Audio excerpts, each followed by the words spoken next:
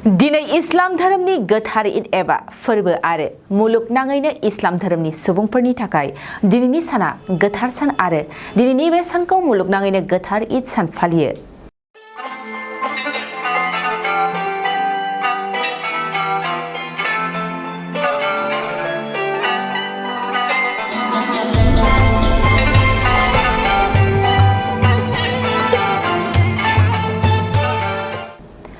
बाक्सा दमदमायावबो दिनै ईद फोरबो फालिदों। दिनैनि बे ईदनि सायाव आबुं फोरमायब्लाबो सुंद'यै फोरमायनानै होनाया मोजां जागोन।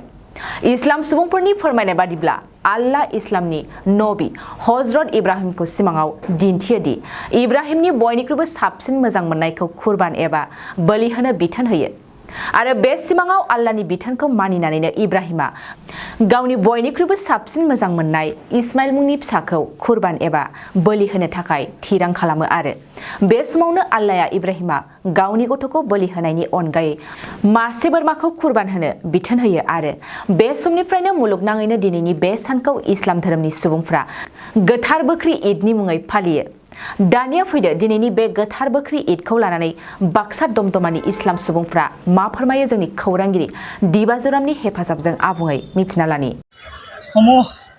অসমবাসী ৰাইজলৈ ধমধমা আঞ্চলিক ঈদগাহ সমিতিৰ তৰফৰ পৰা পোনপ্ৰথমে মই আজি পবিত্ৰ ঈদুল আজহা উপলক্ষে আটাইলৈ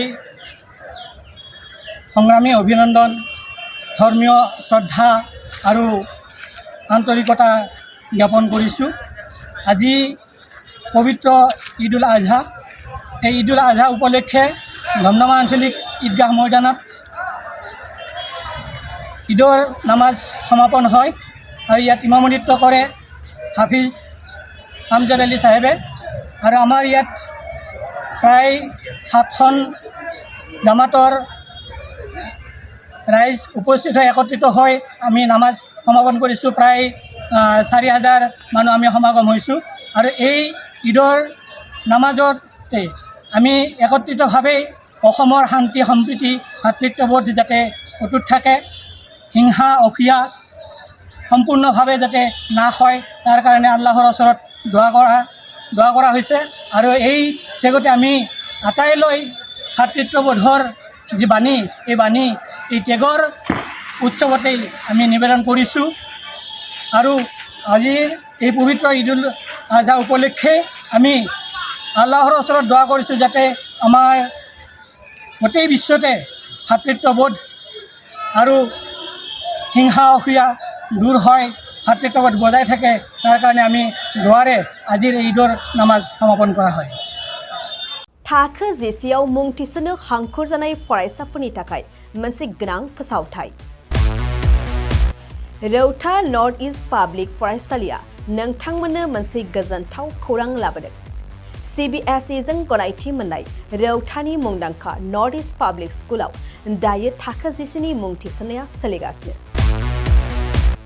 साइन्स आरो आर्ट्स मोन्नैबो स्ट्रिमनि थाखाय रौतानि नर्थ इस्ट पाब्लिक स्कुलाव मुं थिसननाया सोलिगासिनो।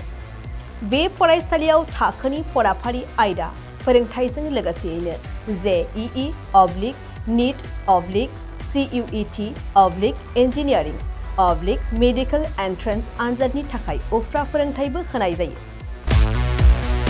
बे फरायसालियाव बिजाब बाख्रि, फरायसाफोरनि थाखाय हस्टेल आरो गेलेनाय, मोसानाय बायदि बायदि केरिकुलार एक्टिभिटिसनि सुबिदा दं। गोसो गुदुं फरायसाफोरा दिनैनो दानो नैबे मबाइल नम्बर 8638605769 नङाब्ला 9435184298 आव थोंजों सोलाद लानो हागोन।